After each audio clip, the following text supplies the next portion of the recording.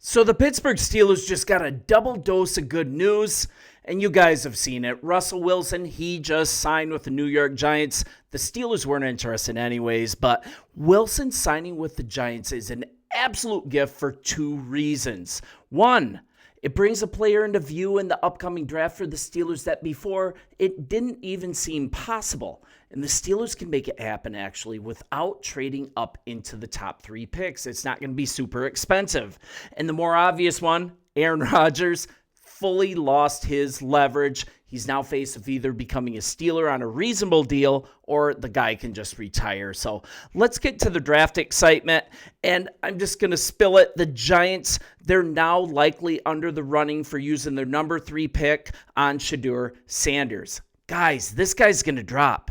The Steelers can now make this happen. And the signing of Wilson, it also brings another team into the mix as an absolutely perfect trade partner. This is Sports Talk Steelers. Thank you for helping to grow this channel together with me. Looking forward to continuing giving you an outsider's view of the Pittsburgh Steelers on the daily. So keep joining us. If you like the material, hit the subscribe button. Would love to have you. So let's kind of look into this. And guys, Shedeur Sanders dropping, this solves a ton of problems for the Steelers. They can just say no thank you to Rodgers and use Rudolph as a bridge that won't hamstring them financially, won't destroy the locker room, right? And then just have a dynamic talent at quarterback on a rookie contract to take advantage of the presence of DK Metcalf and George Pickens. I'm going to go through this scenario now. It really makes sense. And spoiler alert, the one ideal team to trade up with him, that's the Chicago Bears. Now, this isn't just me. This is picking up traction on tons of outlets. So let's just see how this plays out here. And it actually feels pretty chalky. We're looking at Tennessee drafting Cam Ward at number 1 overall. Just seems inevitable at this point, right? And then there's a lot of smoke building here that the Cleveland's going to pivot with a rare player here. That's Travis Hunter. Now we're looking at the behavior of the New York Giants with the signing of Russell Wilson. They can now pivot to a player like Mason Graham with their number 3. They're likely waiting until next year, in my opinion, to draft a quarterback.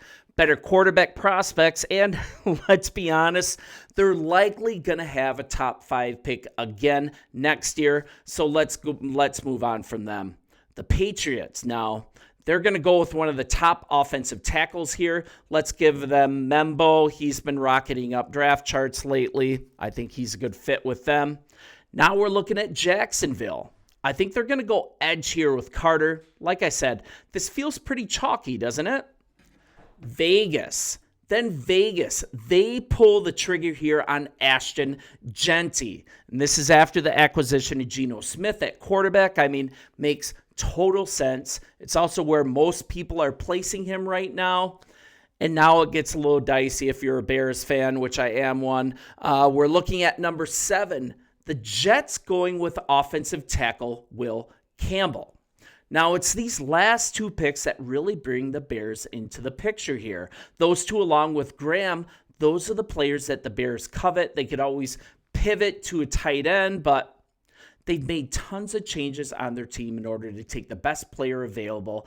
And now I believe that the top 3 players on their draft board are gone. And it really takes a lot of the meat off the bone for the Bears. In this scenario, they'd definitely be willing to listen to trade offers. And Shedeur Sanders for the Bears, perfect trade bait. And Pittsburgh has a big need. So let's kind of go to the next 2 picks. You've got the Panthers and the Saints. I think they go edge. So here we are at the Bears pick at number 10 overall. And I really see the Steelers making their move here. You've got multiple players, most notably Cam Hayward, saying that this is a state of emergency for the team. You've got stud veterans on the kind of the back end of their career. Metcalf was signed to show some urgency. It's time to win right now. So I think they offer a trade to the Bears here. I think the Bears take it. And here's what a trade I think would look like. And I'm going by this ESPN mock draft that I just happen to agree with here. Here's what a trade would look like. The Steelers get number 10 overall. They're going to use that on Sanders and a 5th rounder number 148 overall. And this is what the Bears get. This is what they've got to pay. The Bears get the Steelers number 21 overall. They get a third rounder, that's number 83, a fourth rounder, number 123, and next year's first rounder. Now, as far as first round draft trades for a quarterback, this cost, it's not crippling, and I'm going to tell you why. I think it's one that the Steelers could very well pull the trigger on, because even more so because of the Steelers' 2026 pick situation. This is really interesting. So you've got Russell Wilson signing with the Giants. The Steelers have now picked up 6 additional compensatory draft picks for the 2026 NFL draft, and this is a way better draft coming up. Though things can change with playing time, right? The Steelers currently have 6 comp pick slots in the 2026 NFL draft. So it kind of comes down to a third rounder for Dan Moore Jr. when he left, a fourth for Justin Fields, more on that, a fifth for Wilson, more on that, and 6th round picks for James Daniels, Dante Jackson, and that's according to Over the Cap. Landon Roberts, he came really close, but he was just after the cutoff to be included as a 7th round pick compensatory to the Steelers. But now here's the thing. It gets even more interesting.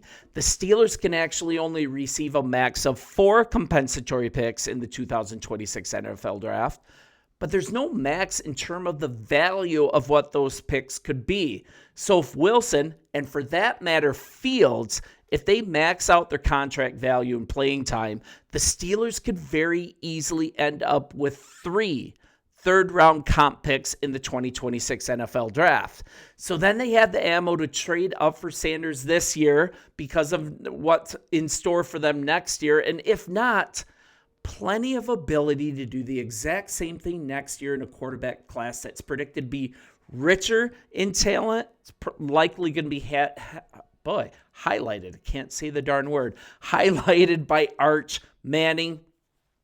Just a really good spot to be in. Made so much better by Wilson signing with the Giants. I think he did the Steelers just a huge solid. If at the very least it's in the negotiation process with Aaron Rodgers, but at the very best, these dominoes are set up to fall in the NFL draft right in the Steelers' lap, having a willing trade partner with the Bears. If teams in front of the Bears are not picking a quarterback anymore, these coveted players that they have are more likely to be gone. I think that scenario that I just outlined in that mock draft is very, very, very likely to happen, and I think the Bears will be a likely trade partner. I think you should get it done. What do you guys think? Let me know in the comments. You always do, and I've just appreciated all you guys tuning in here. This is a young channel, and I always say, I'm primarily a Bears guy. I've got a Bears channel. Check it out. Really interesting that these two teams mesh together with this trade. I think it's a real thing. And as I always say, my love for Justin Fields brought me here. My hatred for Aaron Rodgers very well might keep me here. But regardless, I'll continue to be here with Pittsburgh Steelers fan news from an outsider's perspective on the daily. And I'll talk to you tomorrow. See ya.